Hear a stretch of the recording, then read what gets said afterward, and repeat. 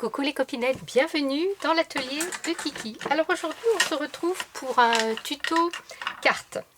Alors une petite carte comme ça, comme d'habitude avec ma petite enveloppe témoin pour vous montrer qu'elle rentre bien dans une carte, que ma carte rentre bien dans l'enveloppe.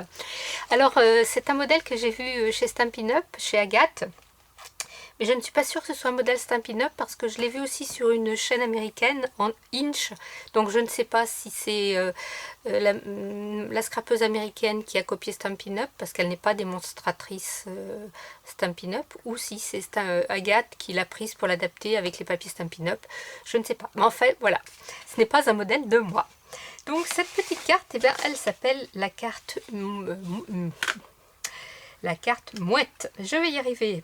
Je relève les petites ailes de mon papillon pour vous montrer. Voilà. Pourquoi une carte mouette? Eh bien parce que quand on la déplie, elle bat des ailes comme une mouette. Et vu que j'habite au bord de la mer, eh bien forcément, il fallait bien que je la fasse un jour ou l'autre, cette petite carte. Elle est très simple à faire. Je trouve qu'elle a son petit chic. On peut soit écrire son petit message ici ou derrière, si on veut vraiment décorer tout le devant. Là, c'est une petite carte anniversaire qui va partir chez une copinette là prochainement dans la semaine.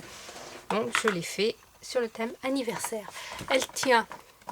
Elle peut tenir comme ça, elle peut tenir aussi comme ça. Moi, je la trouve sympa. Et puis bon, comme je vous dis, hop, ça rentre parfaitement dans ma petite enveloppe. Je vais même pouvoir lui rajouter des scrapidules. Voilà, donc là, j'en ai préparé une autre que je n'ai pas encore décorée. J'ai juste mis mes papiers décor. Voilà, sur le même système. Hop. Allez, c'est parti. Alors, pour ce faire, vous allez avoir besoin d'un morceau qui mesure 24 de large sur 21 de haut. Donc 24 sur 21. On va faire un pli à 7,5, 13 et à 18,5. On va faire des plis. 7,5, 13, 18,5. Dans l'autre sens, à 10,5, on va venir couper pour partager notre page en deux. C'est parti. 10,5, on a 21, on partage en deux. Et voilà, on va se retrouver donc là avec nos deux morceaux, puisqu'il faut deux morceaux pour arriver à avoir la longueur suffisante. Et on a fait notre trait en une seule fois, ça c'est très pratique. Alors, on va prendre notre premier pli à 7,5 et on va venir le plier en montagne. Je vous rappelle qu'un pli montagne, c'est un pli qui va vers le haut, comme une montagne. Donc on marque bien ces plis. Le deuxième pli, on le fait en vallée, en creux, comme dans une vallée. Voilà. Et notre troisième pli, on le fait aussi en vallée, c'est-à-dire qu'on le rabat vers l'intérieur. Et là, à ce niveau-là, il faut que vous constatiez que tout se passe un peu bien. Vous voyez, là, ici, j'ai un tout petit... C'est pas bien plat, donc je vais venir simplement enlever un petit chouïa de papier. Vous savez, des fois avec l'épaisseur de la lame qui fait les plis, des fois ça fait une petite épaisseur qui n'est pas très juste des fois. Donc voilà, vous voyez, ça ferme. Cette fois ça ferme nickel. Donc je vais faire pareil de l'autre côté. Mon premier pli à 7,5 en montagne, mon deuxième pli en vallée.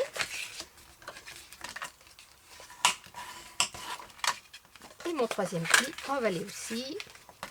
Et là je pense que ça va être la même chose puisque j'ai coupé mes papiers. Vous voyez, ça fait la même chose. Donc je vais enlever le petit millimètre qui gêne du décalage de l'épaisseur de la lame du massicot.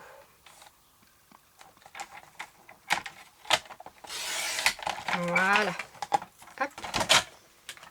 Et là, voilà, mes deux ferment très bien. Donc vous devez obtenir ceci. Un pli montagne, deux plis vallée. Et de l'autre côté, pareil. Un pli montagne, deux plis vallée. Voilà. Alors maintenant, on va venir à plat. Là, on a les deux plis montagne de chaque côté, à droite et à gauche. je vais venir me mettre les deux morceaux qui sont dans le milieu là. Je vais bien les coller l'un à l'autre, les aplatir et je vais venir les mettre le plus près possible l'un de l'autre. En faisant bien attention ici, en étant bien parallèle en haut et en bas. Et je vais venir mettre un petit morceau de scotch pour tenir tout ça.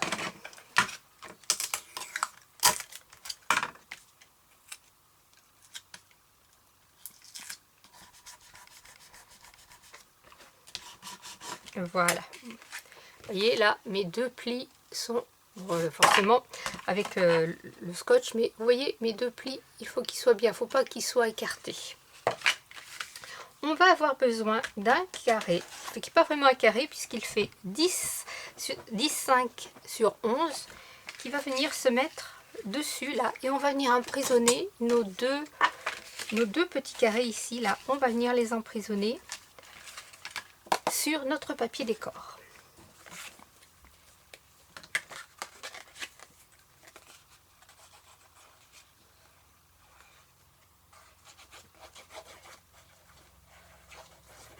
On s'ajuste bien en haut et en bas surtout.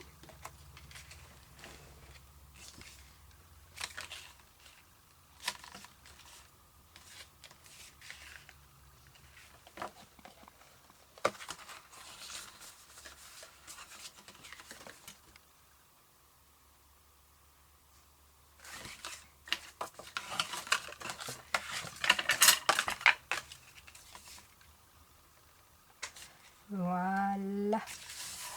Là, nous avons notre partie centrale qui est faite. Voilà. Après, nous allons venir décorer nos façades. Alors, vous allez avoir besoin de 4 fois, où sont mes petites mesures, sur le dernier bien sûr, voilà, 4 fois 5,1 sur 10,1. Et on va en avoir 2 de ce côté et 2 de l'autre côté. Donc, 4 fois 5,1 sur 10,1. Hop. Bien collé. Alors bien sûr, on ancre, on arrondit ses angles si l'on veut, comme d'hab.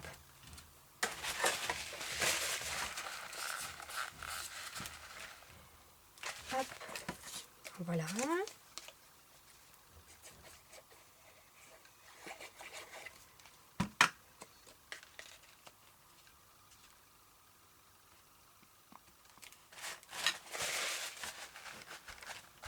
L'autre, de l'autre côté, hop, pareil, les deux autres, 4, 5, 10, 1.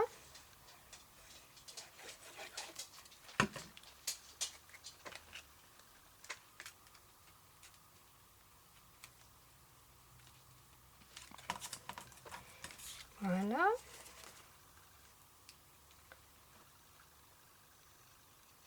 Je sais pas, voilà, dans ce sens-là, c'est mieux. Si je mets mes fleurs à l'envers.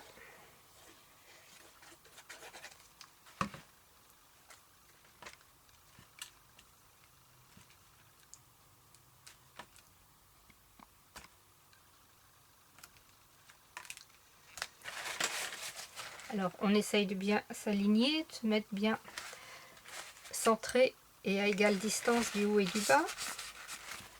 Voilà. Maintenant, pour les côtés, vous avez besoin de 2 morceaux qui font 7,1 sur 10,1, que l'on va venir mettre un de chaque côté.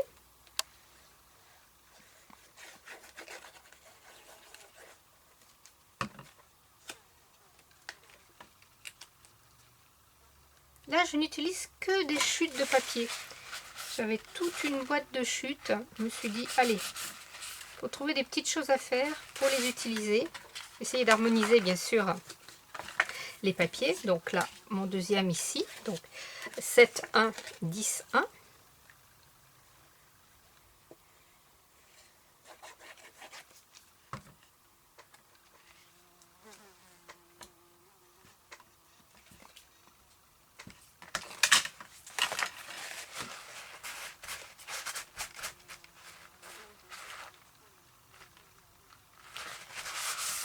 Et voilà, ma petite carte est terminée.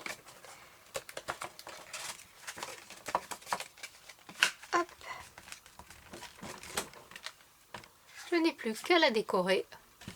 Vous voyez, c'est très très rapide. Une fois qu'on a coupé ces papiers, c'est vraiment très rapide. Ça fait des petites cartes qui sont sympas, je trouve. Voilà, qui sont assez un petit peu originales aussi. Hop. Et voilà. Scrapez bien, la vie est belle. Bye bye.